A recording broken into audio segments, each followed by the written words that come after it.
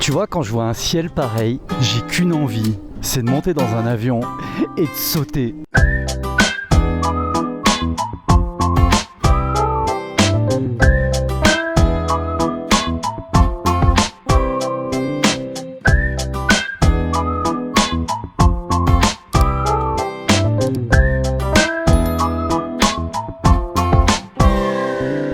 Bon, comme tu peux t'en douter, aujourd'hui on va parler de para.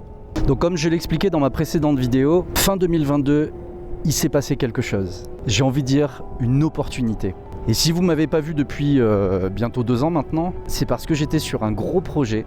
J'ai décidé de me lancer dans la conception, la production et donc la vente d'un accessoire dédié aux parachutistes, en me basant sur tous les concepts que j'ai pu présenter sur cette chaîne YouTube. Tous les outils dont j'ai pu parler, je vous ai souvent parlé d'agilité, je vous ai souvent parlé de différentes lois, de différents outils, de différents biais cognitifs.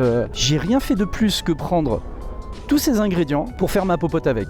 Pour ceux qui suivent par exemple les vidéos de Stan Leloup, vous avez déjà entendu parler de l'acronyme DUR. Cet acronyme, DUR, représente en gros la problématique du client, ce que l'on va chercher à identifier pour pouvoir y répondre, pour pouvoir lui apporter de la valeur, pour pouvoir lui apporter une solution. DUR, c'est un acronyme qui signifie douloureux, urgent et réel. Alors réel ou ressenti parfois on entend parler. Moi c'est tout bête, on est fin 2022, je viens de faire mon 100e saut de parachute, je viens d'obtenir mon diplôme qui s'appelle le BPA, le brevet du parachutiste autonome, et donc suite à une courte formation, je me retrouve avec le droit de pouvoir embarquer une caméra sur mon casque. Ah oui, parce que petite parenthèse, quand t'es parachutiste, tu n'as le droit d'embarquer une caméra sur ton casque qu'à partir du moment où tu remplis toutes ces conditions là, les 100 sauts, le BPA et la validation de ton DT. Donc j'obtiens ce précieux sésame, je suis propriétaire de mon casque, je suis content, j'ai ma GoPro, je suis content, et là j'ai un besoin qui est tout simple, qui est tout bête, je veux fixer ma GoPro sur mon casque. Et là, mais laisse tomber le carnage. Impossible de trouver un support. Le peu de supports que j'arrive à trouver sont soit au mieux non homologués en France ou en Europe, au pire carrément interdits par les différents DT, donc DT c'est directeur technique. Bref, c'est un cauchemar, je me retrouve avec rien. J'ai pourtant la caméra la plus populaire qui existe, une GoPro 10. C'est quand même hyper répandu. J'ai le casque de parachutisme le plus populaire, ou en tout cas l'un des plus populaires qui existe, le Cookie G4. Et les deux ensemble, c'est pas possible de fixer la caméra, je comprends pas. Et de là, je commence à me renseigner. Je découvre les notions des directives techniques, donc la DT52 qui donne la liste de toutes les conditions qui doivent être respectées pour avoir le droit d'embarquer un caméra, le support, le nanani, le nanana. Parce qu'en fonction du montage que tu as sur la gueule, c'est ta vie qui en dépend. Hein. Si à un moment ton parachute il s'ouvre mal, il y a un problème et qu'il a accroché dans tout ton bordel, tu vas juste terminer comme un pot de confiture bonne maman qui s'écrase au sol. Hein. Et donc toujours est-il que fin décembre 2022, je monte une équipe, on fait un peu de la 3D, de la modélisation, etc. Et début janvier 2020, on a le produit qui sort, le premier prototype qui sort. De là, j'utilise tous mes contacts dans le para pour tester, valider, obtenir des feedbacks, tout ça, et on décide de commercialiser le truc. L'ensemble de mes collaborateurs, que ce soit des fournisseurs, distributeurs, les personnes qui s'occupent du graphisme, de la logistique, bref, tout le monde est issu de la Dracénie. Donc la Dracénie, c'est le regroupement d'agglomération de toutes les villes et villages autour de Draguignan en gros. Un projet 100% français. Cocorico! Très rapidement on obtient des feedbacks, très rapidement on améliore le produit et au final il commence à se vendre tout seul. En plus entre temps je fais des rencontres, j'obtiens un sponsor de la part d'un fabricant de combinaisons de parachutisme. Je me fais des contacts en or chez Highfly de Aix-Marseille. D'ailleurs bisous à toute la clique si vous regardez la vidéo. Et d'ailleurs un spécial gros big up à Marceau, mon coach, qui a fini médaille de bronze au championnat de France de freestyle indoor, je crois. Et Marceau dans un tube, franchement, ça en jette.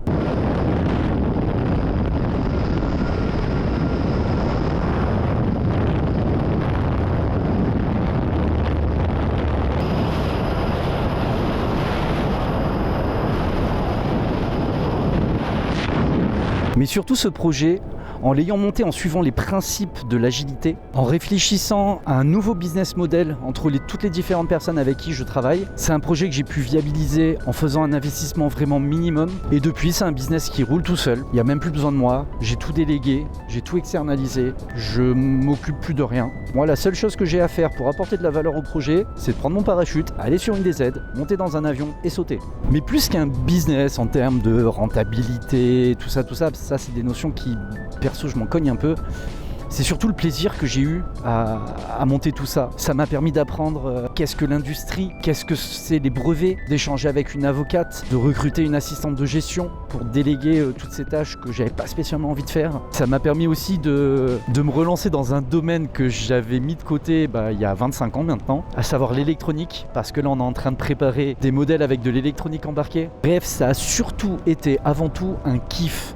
Un énorme kiff de monter ce projet-là. Et tout ça, c'est parti de quoi? De juste moi qui avait besoin d'une chose et cette chose n'existait pas. Donc du coup, j'ai décidé de le faire moi-même. Donc vraiment, si je devais sortir une synthèse de cette expérience que j'ai menée, c'est d'avant tout, bon ça tu l'as bien compris, de kiffer ta vie, de faire ce que tu aimes, tout simplement. Ensuite de rester lucide, de rester opportuniste, de garder les yeux ouverts. Parce que je sais qu'il y en a plein parmi vous qui se cassent la tête à essayer de trouver la bonne idée de business, la bonne idée de produit. Mais bien souvent, en fait, tu l'as déjà dans tes mains, il est déjà devant tes yeux, c'est juste que tu n'as pas encore percuté que ça pouvait être quelque chose que tu peux exploiter. Pour certains, ce sera de la chance, mais je pars du principe que la chance, tout le monde en a, ou en tout cas tout le monde peut en avoir. Par contre, le plus important, c'est d'avoir l'intelligence, d'avoir les couilles même, j'ai envie de dire, de transformer cette chance. C'est comme un rugbyman qui transforme un essai. Là, le destin a fait que on m'a filé la balle dans les mains et là, je me suis posé la question. Alors, je fais quoi?